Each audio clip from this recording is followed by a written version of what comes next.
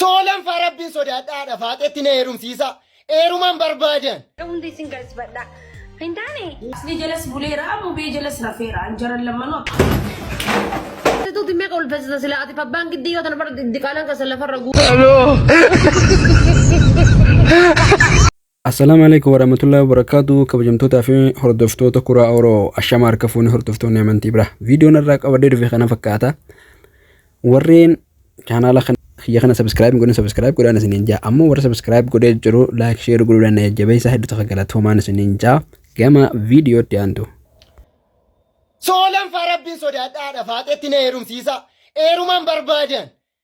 Irri bara kana fuudha dhiiseera heeruma malee anis nan heeruman. Aada faaxee laalee qursii naa taati, misaa naa taati, iraatii naaf taati bakka. Kanan booda akka jenne sirbi naga. Ilaalaa maaloo, ilaalaa. Suufii ishee ilaalaa, ilaalaa. Beelloosaa ilaalaa, ilaalaa. Hilaaga kanaadha bakka. Dhugaan jirtu kanaadha.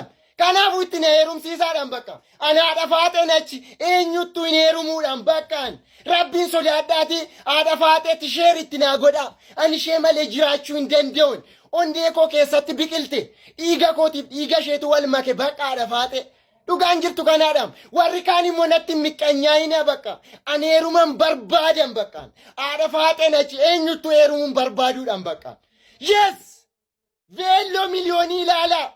Suufii faaxee ilaalaadhaan bakka. Suufii haadha faaxee ilaalaa bakka. Nagaruu tagalabbate bakka. Dhiiratu dubartii ta'eedhaan bakka yeroo ammaa. Dhugaan jirtu kanaadhaan bakka. Waaqatu lafa ta'e lafimmoo waaqa ta'e. Yes, bishaantu ol yaa'e bakka yeroo ammaa. Dhugaan jirtu kanaadha yatta abbatu. Kanaaf haadha faaxee I love you so much. Sin jaalladha siifin du'a siifin galabbatama. Waa'ee kee yaada yeroo rafu yeroo ciisu yeroo deemu yeroo hojjedhu haadha faaxee. Numaa namni siifin du'aa siifiin akkana tahaa siifiin galabbatama. Siifii sidhabeen jiraadhu ijoo kun ni soba. Silaa dhugumaan osoo isin dhuftee amma yoona jaalatte akkana naaf du'ii jetteeni eenyuuf dhiiseetiin du'aa jaa malee hin duufni soba. Soba akkanaa kan waan bareedu. Amma inni yeroo takka biyyeedhaan nyaata ammaan tan numaan hin heerumatti si kaastee amma gama viidiyootti aantu. Huccuu mana keessaa qabu hundi isin galsifadha. Hin taane. Wai guyyaa dhugaa hundee naateewu bikkaan itti gabbee uffatu hin jiru. Shiita uffatu isin kenna shiita. Shiita? Allahumma salli shiita maalii? Shiita baara kan bulula buluu. Guddisi godhan ati yeroo hunda uffata sirraa baasii kana uffadhu sin jaan ati yeroo maas ilaa laayivii seenuu deemtu.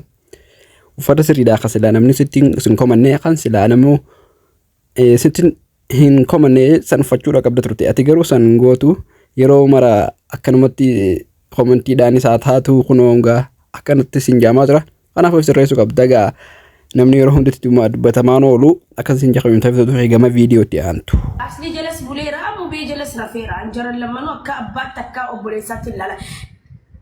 Inawan ready fana gawatte Hamza fan ina Hamza simbarba sintuine inuma sintuine wallahi nan tuqne inuma jadi sintuine wallahi nan tuqne asli wanta kasitin demne akkan masima bira bulani sima bira ani lamanu na'na akkan mata qiya hatani akka obboleessaatti fayyita manamin jaani numa dhiisani male waan akkanatti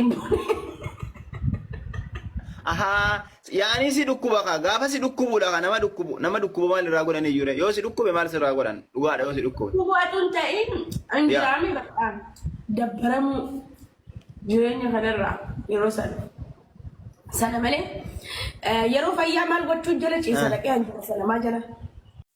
Fatihaati ajaa'iba qabda garuu mana jaarsa namaa jala maaliin godhuu ciisaa yeroo fayyaa hin qabne akkasitti kunoo isaan jalaan buleette jala buluu jechuun maal jechuudha.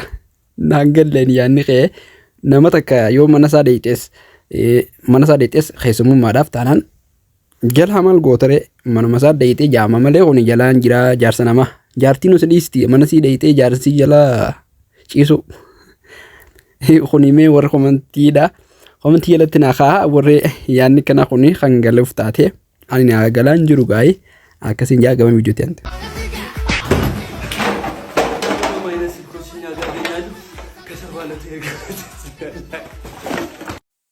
Warri mudannoo akkanaa qabdan warri sa'a yookiin akkanatti jira dhiitanii isin dhiitii akkana lafaan sindee kan mudannoo qabdan yoo jiraattan komentii jalatti naaf barreessaa gama viidiyootti ante.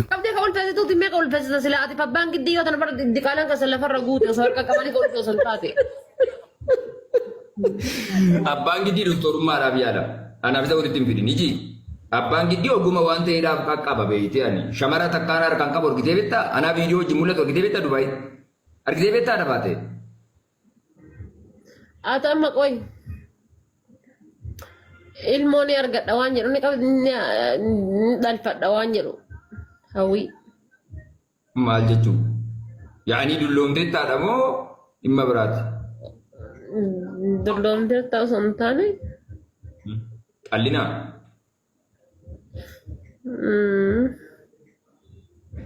Bakka qallinaatti yoo ta'e qallaan gabaa akka galchu xiqqoo ijoollee miti beektaati bubbultee jirtanii hubatta jedheen yaada. Isammoo Abbaa giddii hiicitiinsaa jalaa baate jechuun inni waan Dubaay keessatti hojjetaa jiru. Inni gama tokkoon artistii ta'e anuma duraan doktorummaa sanatti ni beekaa waan kana irratti akka hojjechaa jiru. Kunoo shamarran ka ulfaa'ees namoo akka waliin ulfeessine fa'aa jedhee maal koondomii fa'aa gurguruu waan akkana kana fa'aa godhaa ture jennu. Inni karaa kana irratti uummata kakaasaa jira jechuun maallaqa irraa fudhatuudhaaf inni itti daldalachaa jira. Kunoo iccitiin isaa jalaa baatee jirti. Gama viidiyootti ante. Hello.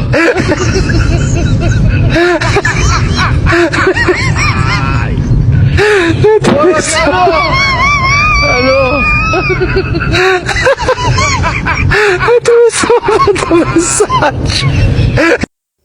Namoonni mudannoo akkanaa qabdan jechuun namni na dubbisa jettee yeroo inni fayyatti harkatti qanitu kan namni si dubbisu hin dirree fa'aa akkasii fakkaatee yeroo inni fi mudannoo akkasii yoo kan mudatee jiraatu taate.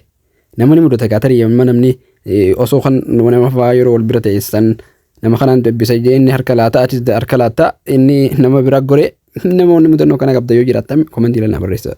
Kabajamtoota fi hordoftoota kiyya viidiyoon irraa qabadhee dhufe kana fakkaata hanga viidiyoo biraatiin walitti deebinutti assalamu alaikum warahmatullahi wabarakatuh.